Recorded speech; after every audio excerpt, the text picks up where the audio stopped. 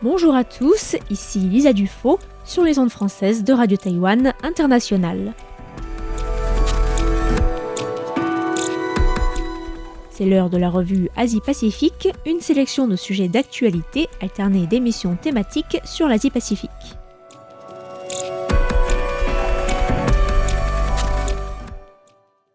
Bonjour à tous, vous écoutez bien la revue Asie-Pacifique. Dans la revue de presse de ce mardi 5 décembre, je vous propose de nous rendre tout d'abord à Dubaï, où s'est ouverte jeudi la COP28, afin de revenir sur les demandes et les espoirs des pays du Pacifique en matière de climat. Direction l'Indonésie ensuite, puisqu'on évoquera le lancement de la campagne présidentielle en présentant les différents candidats. Nous irons également dans la péninsule coréenne pour revenir sur les récents lancements de satellites des deux côtés du 38e parallèle. Et enfin, nous finirons ce petit tour de l'Asie-Pacifique dans le Pacifique justement, dans l'archipel des îles Salomon, pour faire le bilan des Jeux du Pacifique qui se sont achevés samedi. La 28e conférence des Nations Unies sur les changements climatiques a été inaugurée jeudi dernier à Dubaï, aux Émirats Arabes Unis, avec l'adoption du Fonds sur les pertes et dommages, un fonds qui vise à financer les pertes et les dommages causés par les changements climatiques dans les pays plus vulnérables. Le fonds en question avait déjà été adopté sur le principe lors de la COP27 en Égypte l'année dernière, mais les détails n'avaient pas encore été définis. Le fonds sera géré dans un premier temps par la Banque mondiale avec des modalités auxquelles se sont opposés les pays en développement, qui estiment pour beaucoup que le fonds est insuffisant pour répondre à l'ampleur des dommages générés par les changements climatiques dans leur pays. Le président de la COP28, le sultan Ahmed Al-Jaber, qui est aussi PDG de la principale compagnie de pétrole des Émirats Arabes Unis, a affirmé que l'adoption du texte envoyait, je cite, « un signal positif d'élan au monde et à notre travail ici à Dubaï ». Mais il faut préciser qu'à la grande déception du comité de transition qui avait préparé ce texte, ce dernier n'est pas contraignant et qu'il n'existe donc aucune obligation pour les pays, et notamment pour les plus gros émetteurs d'émissions de CO2, de contribuer à ce fonds. Le Pacific Islands Climate Action Network a réagi à l'adoption de l'accord en déclarant que même s'il s'agissait d'une adoption historique, l'échelle de ce dernier était insuffisante et que le vocabulaire avait été dilué par les pays développés afin de minimiser leur responsabilité de plus gros pollueurs. Plusieurs promesses de contribution au fonds ont afflué dès le premier jour après l'adoption de l'accord, mais ce groupe de militants pour le climat estime que ce montant, qui dépasse les 400 millions de dollars américains, ne reflète pas la réalité de la crise climatique sur le terrain. Par ailleurs, le groupe a appelé à ce que le financement ne se fasse pas sous forme de prêts, mais sous forme de dons, ce afin de ne pas augmenter la dette des pays en développement, car cela augmenterait leur vulnérabilité face au changement climatique.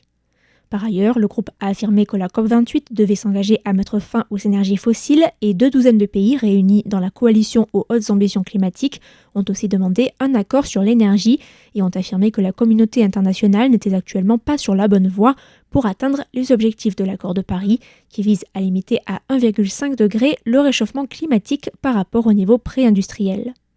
Notons que la coalition en question compte plusieurs pays du Pacifique, notamment la Nouvelle-Zélande, les îles Fidji, les Samoa, le Vanuatu, Tuvalu ou encore les États fédérés de Micronésie, des îles qui font partie des nations les plus vulnérables face aux conséquences des changements climatiques. La campagne électorale a officiellement débuté la semaine dernière dans l'archipel indonésien. Ce sont près de 205 millions d'électeurs qui sont appelés à se rendre aux urnes le 14 février prochain pour élire celui qui succédera à l'actuel président Joko Widodo, alias Jokowi, qui arrive au terme de son 2e mandat et que la constitution indonésienne interdit de se représenter. Le scrutin aura lieu en parallèle des élections législatives pour la Chambre des représentants, le Sénat et les conseils législatifs locaux de l'archipel. Pour la présidentielle, sont en lice 3 candidats et leurs colistiers. Il y a tout d'abord Anies Baswedan, un indépendant, ex-ministre de l'Éducation et de la Culture de 2014 à 2016, puis gouverneur de Jakarta de 2017 à 2022. Cet ancien militant étudiant et analyste politique, qui est aussi le petit-fils d'Abdurrahman Baswedan, combattant de l'indépendance, a été porte-parole de campagne de Widodo en 2014 et apparaît comme un candidat associé aux jeunes électeurs, qui sont un facteur clé dans cette campagne puisque 52% des électeurs de ce scrutin ont entre 17 et 40 ans. Anies Baswedan a choisi comme colistier Muhammadin Iskandar, vice-représentant du Conseil représentatif du peuple, la chambre basse du Parlement indonésien. Également en lice, Prabowo Subianto du parti Gerindra ou parti du mouvement de la Grande Indonésie qui s'est présenté et a perdu face à Joko Widodo à 2 reprises en 2014 puis en 2019 avant d'être nommé par ce dernier ministre de la Défense dans une volonté d'attirer le soutien des islamistes et des militaires. Prabowo est aussi connu pour être le gendre de l'ancien dictateur Suharto et a un passé trouble. Il est en outre accusé par les ONG de protection des droits de l'homme d'être responsable d'exactions au Timor oriental, en Papouasie, et d'avoir violemment réprimé des manifestations anti-Suharto en 1998. Mais les récents sondages donnent en majorité Prabowo favori de ce scrutin et montrent également que son choix de colistier, en la personne du jeune Gibran Rakabuming, fils aîné du président Jokowi et maire de Solo, a contribué à attirer davantage de soutien. Enfin, le dernier candidat de ce scrutin à 3 noms est le gouverneur de la province de Java centrale, Ganjar Pranowo, en poste depuis 2013 et membre du Parti démocratique indonésien de lutte, le parti de l'actuel président Jokowi. Ganjar Pranowo a commencé sa campagne avec un meeting à Merauke, dans la province de Papouasie, et fait campagne sur un programme qui ambitionne notamment de stabiliser les prix des produits de base et de renforcer le filet de sécurité sociale. Son colistier, Mahfoud MD, actuel ministre de coordination des affaires politiques, juridiques et sécuritaires, a aussi été ministre de la Défense pendant la présidence Wahid et président de la Cour constitutionnelle indonésienne. Mahfoud s'est rendu, lui, la semaine dernière à l'autre extrémité de l'archipel pour faire campagne sur l'île de Sabang, dans la très conservatrice province d'Aceh.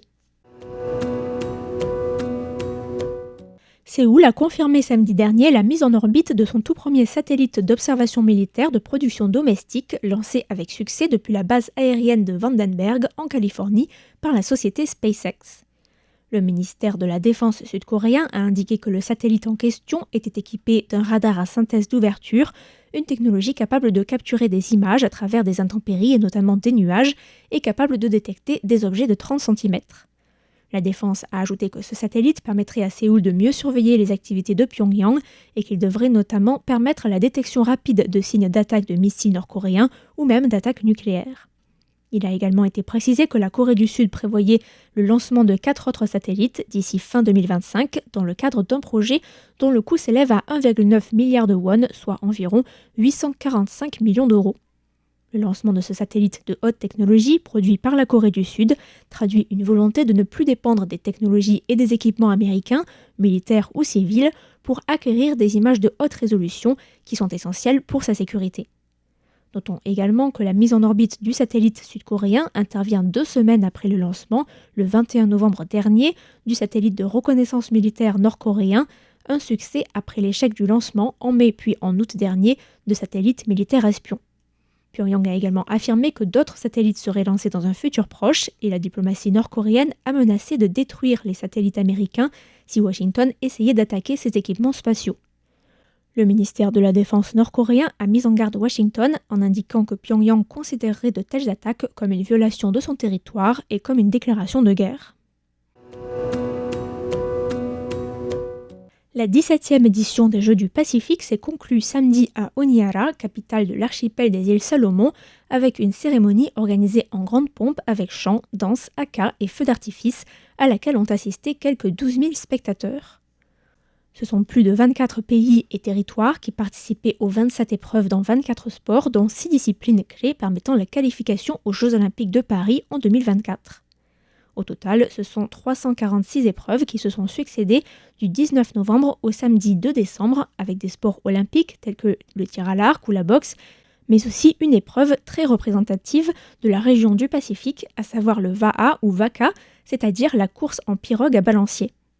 C'est la Nouvelle-Calédonie qui est sortie grande gagnante de cette 17e édition, avec au total 197 médailles, dont 82 d'or, 57 d'argent et 58 de bronze. En seconde position, Tahiti, qui a remporté 160 médailles, dont 57 d'or, 43 d'argent et 50 de bronze, suivi de l'Australie avec 84 médailles, avec au total 50 d'or, 24 d'argent et 10 de bronze. Les Samoa sont arrivés en 4e avec 76 médailles, dont 34 d'or, suivi de la Papouasie-Nouvelle-Guinée avec 105 médailles, dont 29 d'or, et les îles Fidji qui ont décroché 91 médailles, dont 21 d'or.